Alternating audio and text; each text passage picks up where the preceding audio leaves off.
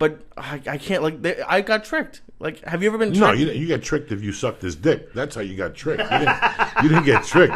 But you just saw and said, let me get my shit together before she hypnotizes me. You know, if you ever want to see the really transvestites, you have to get up very early in the morning and go home late at night. And on Santa Monica and Vine, it's like fucking The Walking Dead of transvestites. Between maybe 4:30 and like 8 in the morning. Santa Monica and Vine. That's a creepy area. Santa Monica Vine, Santa Monica La Brea, Santa Monica Highland. Well, that whole area of Santa Monica is sort of deserted. It's very strange. Not at 4 in the fucking morning it is. And not like at 6 in the morning. Like I used to go down there to a 9 o'clock Weight Watchers meeting on Sunday, and I'd still see them out from the night before. They have Weight Watchers meetings? Yeah, you have to go to meetings.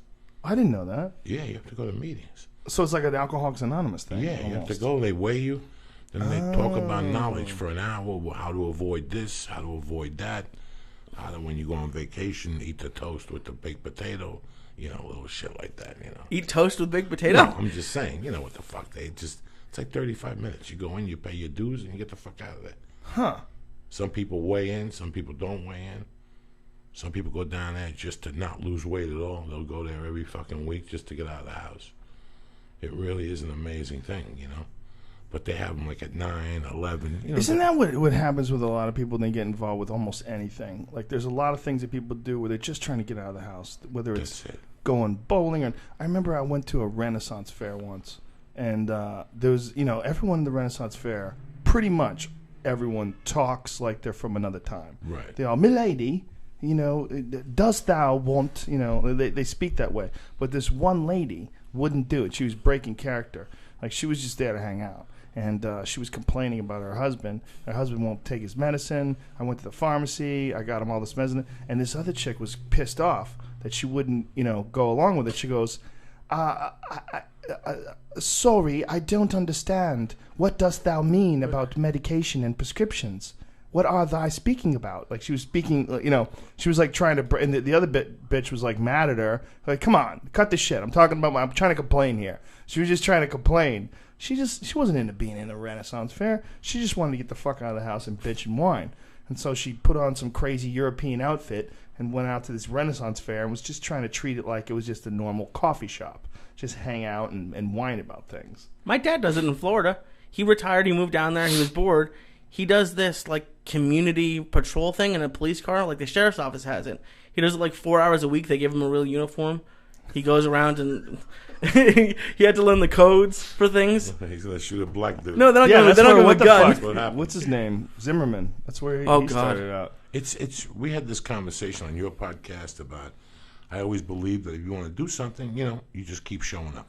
You know, and I thought about it after, like, when I lived in Seattle. Seattle was my real open mic era. You know, so on Mondays and Tuesdays, let's say 20 people there. That's what the list was. 20 people. Everybody had 6 minutes, 7 minutes. The last two guys probably had 10 minutes.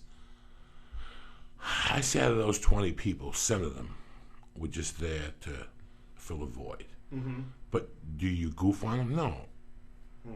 That's what works for them. You know, they have a local job. They just want to do comedy as a hobby, you know. But that happens in everything. Yeah. I went to... Today I said, fuck it. I was sitting there. I had nothing going on. I said, you know what? I'm going to try these knee pads, because when I tried the knee pad first after the surgery, it didn't fit. So I put this knee pad on. I go, it fits.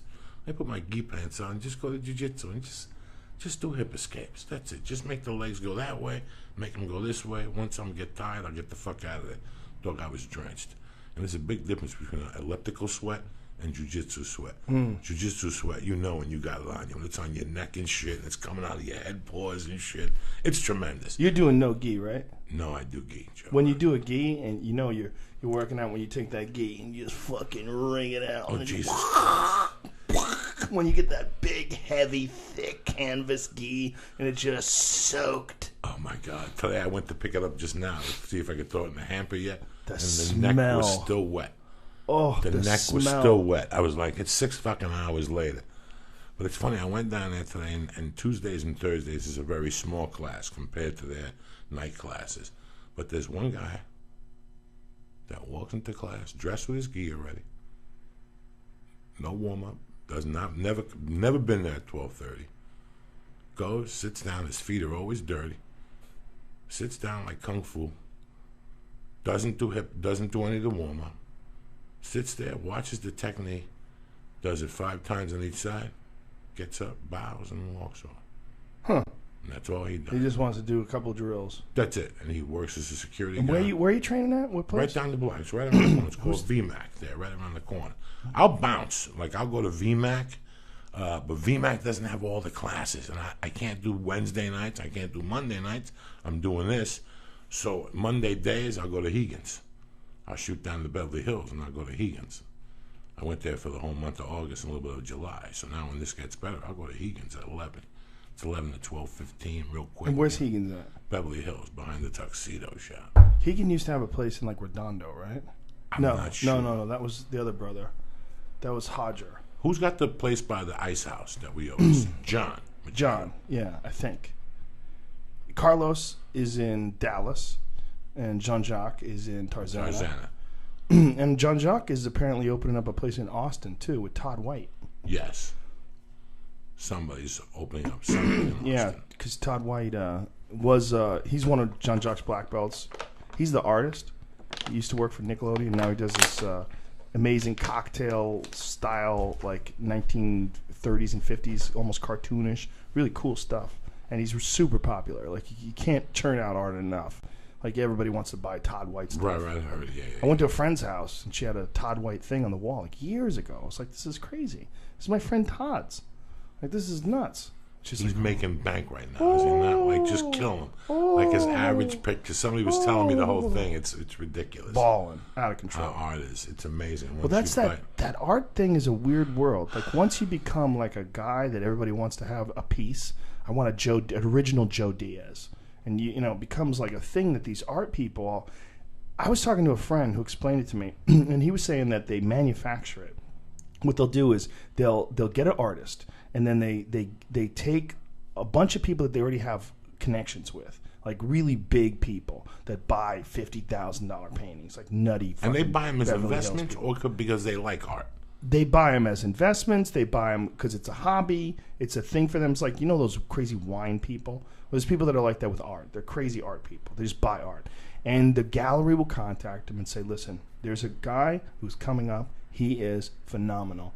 And I want to gift you a piece because you're such a loyal customer, and I'm going to gift you a $25,000 painting. Because for a guy who's buying millions of dollars worth of art, because a lot of these guys actually do buy millions of dollars worth of art from a particular gallery. Gifting a guy a $25,000 piece is just an investment.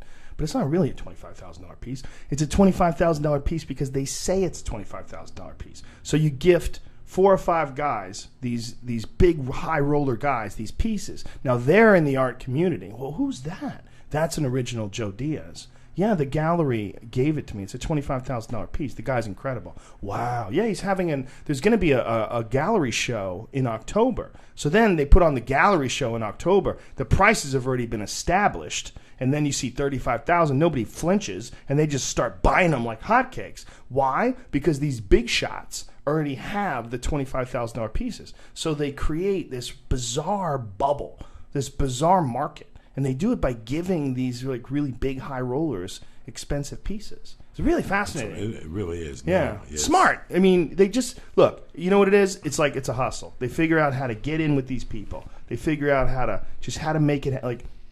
We're going in like fucking Marines. You understand me? Welcome to church, motherfucker.